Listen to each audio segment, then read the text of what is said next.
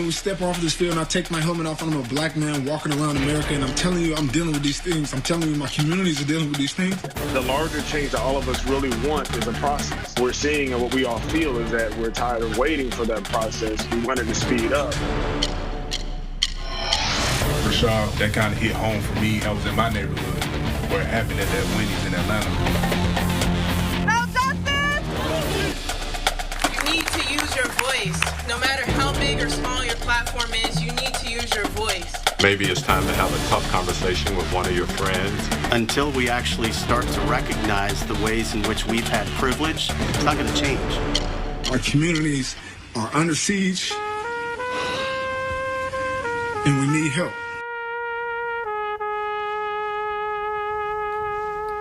Tonight, calls for change on the streets and in just days on the basketball court. Athletes are saying and wearing the names of people who certainly knew their names, wore their jerseys, and loved the game even as they took their last breaths. Tonight, sports figures nationwide and right here at home are speaking up to become champions of change. As you'll hear in this Project Community Special, athletes tell us those actions are a matter of life and death.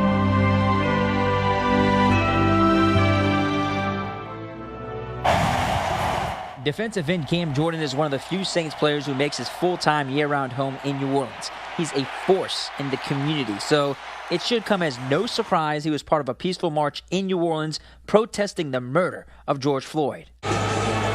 Cam's teammate Malcolm Jenkins has become such a powerful voice on social justice issues. He's been hired by CNN as a correspondent discussing race and police brutality in minority communities. On the court, Derek Favors is a defensive anchor for the Pelicans. And back in his hometown of Atlanta, he was anchoring peaceful protests for Rashard Brooks because for him, this is personal. That was in my neighborhood where it happened at that Wendy's in Atlanta. So that kind of hit home for me. Favors' head coach, Alvin Gentry, also took part in peaceful protests in New Orleans. Pelicans and Saints owner Gail Benson decided the 113-year-old brewery she owns needed to be rebranded, so the name Dixie Beer will be changed. No justice, no peace. And these are just a few examples of sports stars starring off the field and off the court because Now it is time for all of us, athletes, coaches, and media, to do our part to make this country better. Alvin Gentry and his Pelicans will tip off in the first game of the NBA restart on July 30th, and when they do, the courts will look different. The league has painted the words Black Lives Matter on all the courts. And the NBA is allowing players to alter their uniforms. Instead of their names on the backs of their jerseys, they can have messages like Black Lives Matter, I Can't Breathe, and say their names. This is something the Premier League in England started doing when they resumed play earlier this month. Right now, you're looking at soccer players in the UK and the slogans on their uniforms. Pelicans player JJ Redick talked to us about why reading and speaking these words are so very important. Obviously, we need to change some of the way that we portray, the way that we talk about, the way that we treat people, but the system itself needs to change. So I think that's the more important piece for our league is how do we help in creating systemic change. Players in the National Women's Soccer League and in Major League Soccer are also allowed to wear warm-ups with social justice slogans pregame and postgame, and as you can see from these photos, many are doing just that. You know, the highest ranking female executive in the NBA is proud to call New Orleans home. I'm talking about former WNBA All-Star Swin Cash. She's never been afraid to speak up, speak her mind, and champion change. I sat down with her and we talked about a lot, including one fear she experiences each and every single day. All right, Swin, let's just go ahead and get right into things. Going back to 2016, after the killing of Philando Castile and the killing of Alton Sterling here in Louisiana, you were on the forefront of the conversation then, much like you are right now. Talk about 2016 and what that was like for you and the differences that you've seen is in regards to the conversation and the push that you're trying to do. Yeah, so I think back in 2016, for me, was a really pivotal time, I think, in my adult life, because all the stories that you hear growing up from your grandmother, from your mom, the civil rights movement, the inequities within our country, it all just kind of came to a halt for me. As you said, watching both those men lose their life in that way. And so being in leadership in the WNBA and also with the union, we took a stand. And I felt that by taking that stand that we would continue to do the work and see, progress happen. And here we are now in 2020, and the same things are happening at even a higher clip. And so for me, it really was not about rest right now. And it's really about continuing to fight for the inequities and for the policies that need to change in order to make Black and brown communities safer, and for them to be afforded the American dream that we all think about. Speaking of being a champion of change, Swin, what is one message that you would lend to our allies, to those who want to help, who are protesting, but don't really know what to do from that point? What would your advice be to them? My first thing is to educate yourself, to watch movies. There are movies that are out there on so many different things that you can learn about. Also, go and talk to people, talk to friends. A lot of times people love to say, oh, what are you talking about? I have Black friends. I have friends of different races. But are you having those really tough internal conversations? Talk to your friends, learn about them, learn about their culture. And then the last thing I would say is, don't be afraid to have those conversations with your own family. Because a lot of times you have allies that don't even realize that their families maybe have been part of the problem. And so I think it comes down to us just having a lot of courage, having a lot of people that are willing to sacrifice right now for the real change we want to see. How do you get over that fear as a mother of a Black son, wondering, could he be next? That's the phrase that we hear a lot from people is my son next?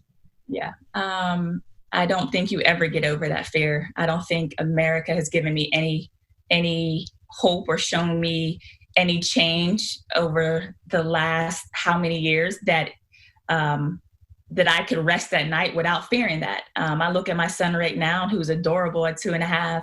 I look at people of all races that walk up and talk about how cute he is. And then I think about his dad that's 6'6". And at some point, my son will be 6'6", 6'7", or taller.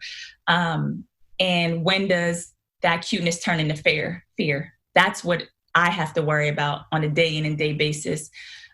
So any mother that's out there that has a child, you understand what I'm saying, and that should summon you to want to be on the front lines of change for this country. Swin Cash, thank you so much for your time. We really appreciate you and joining in on this important conversation. Thank you so much. Thank you, and go Pels.